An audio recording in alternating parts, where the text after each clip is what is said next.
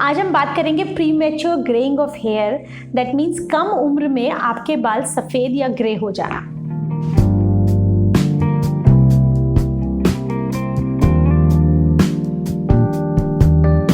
सबसे पहले हमारे जो बालों का कलर है, जो हमारा हेयर है, उसमें मेलानिन सेल्स होते हैं हेयर रूट में, जो आपके बालों को काला कलर देते हैं। और ये मेलानिन दो तरह के होते हैं, आप ऐसे समझिए फियोमेलानिन, यू मेलानिन, या लाइट मेलानिन और डार्क मेलानिन। आज अगर मेरे बाल काले हैं और अगर कोई फॉरेनर्स जो कॉकेशियन स्किन्स हैं उनके बाल ब्लॉन्ड होते हैं, तो वो इसलिए हैं कि उनके हेयर फॉलिकल्स में मेलानिन कम है और डिफरेंट तरह का मेलानिन है। अभी हमारे बाल जो काले, और ये एजिंग चेंज हर हेयर टाइप में होता है। ब्लॉन्ड पॉपुलेशन में भी बाल ग्रे टर्न होते हैं और हमारे डार्क हेयर में भी बाल ग्रे टर्न होते हैं। सो डेफिनेटली ऐसा कुछ हो रहा है बालों के रूट में जो उसको प्री मैच्योर एज में धकेल रहा है।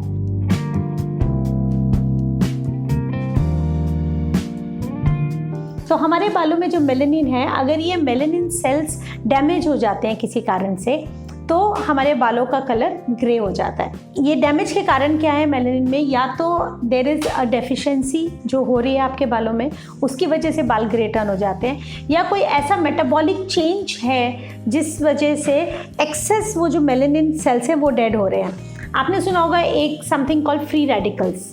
जो लोग स्मोक करते हैं या बहुत ज़्यादा धूप में रहते हैं या बहुत स्ट्रेसफुल लाइफ जीते हैं, उनमें प्रीमेच्योर ग्रेइंग ऑफ हेयर ज़्यादा होती है। सो हमारी स्किन में और हमारी बॉडी में फ्री रेडिकल्स फॉर्म होते हैं जो वेरियस ऑर्गन्स को अटैक करते हैं और उनको डैमेज कर देते हैं। ऐसे ही फ्री रेडिकल्स जब हमारे हेयर के फॉलिकल्स को अटैक करते हैं, तो वहाँ पे जो मेलानिन वाले सेल्स हैं वो डेड हो जाते हैं और इसलिए आपके आने वाले बाल फर्दर ग्रे हो जाते हैं। अब समझते हैं कि ये जो फ्री रेडिकल्स हैं ये बॉडी में कब फॉर्म होते हैं और कब ये आपके बालों को अटैक करते हैं। सबसे कॉमन कारण है पोल्यूशन, क्योंकि एयर में भी फ्री रेडिकल्स होते हैं जो पोल्यूशन की वजह से प्रोड्यूस होते हैं। स्मोकिंग, या बहुत लंबे टाइम तक आपका धूप में रहना।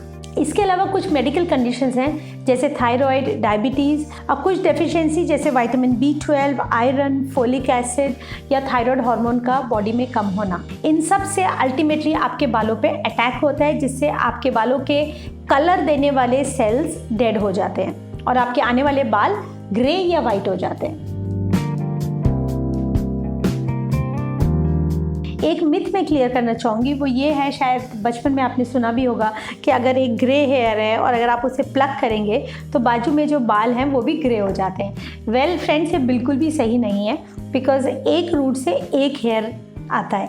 अगर आपने उसको प्लक भी किया है तो उसी रूट में आने वाला अगला बाल ग्रे होगा, लेकिन उसके आसपास के बालों पे कोई फ़र्क नहीं पड़ता है। लेकिन ये एडवाइजेबल नहीं है, बिकॉज अगर आप बार बार प्लक करेंगे तो वो हेयर आना बंद हो जाएगा, तो आपका ओवरऑल हेयर लॉस हो जाएगा।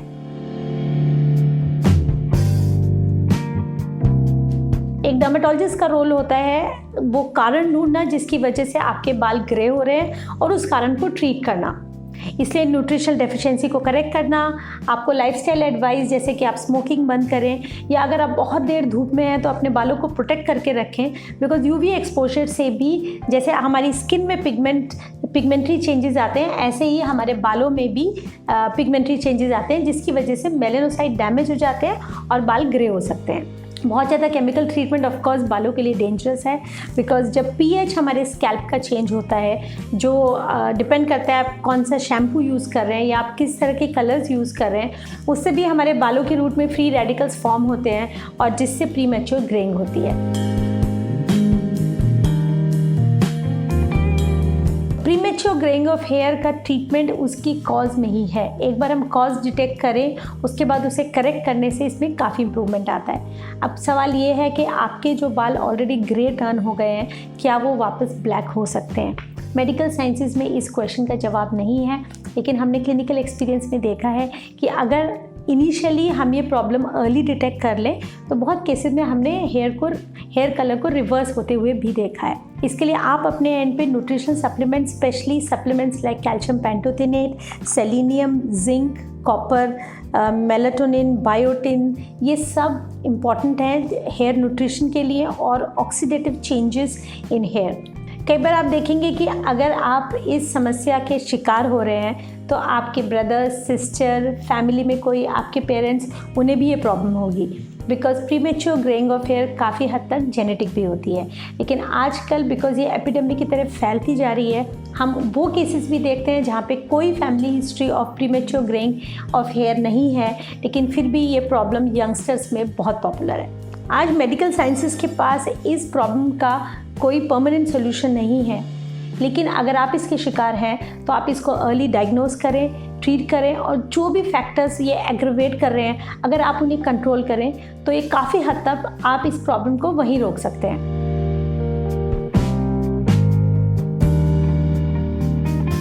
अब अगर बालों को कैमोफ्लेज करना है तो उसके लिए हमारे पास ऑप्शंस हैं, या तो नेचुरल हेयर कलर्स जैसे भृंगराज, ब्रह्मी, आंवला, या हिना जिसे मेहंदी की पत्तियां जिसे आप पीस के लगा सकते हैं, या फिर परमानेंट आर्टिफिशियल हेयर कलर्स जो अवेलेबल हैं। ऑफ कोर्स इसमें सबसे इफेक्टिव रहेगा अगर आप नेचुरल हेयर कलर्स यूज़ करें, हेयर डाई कंटेनिंग जैसे भृंगराज, आंवला या करी लीव्स जो काफ़ी इफ़ेक्टिव हैं।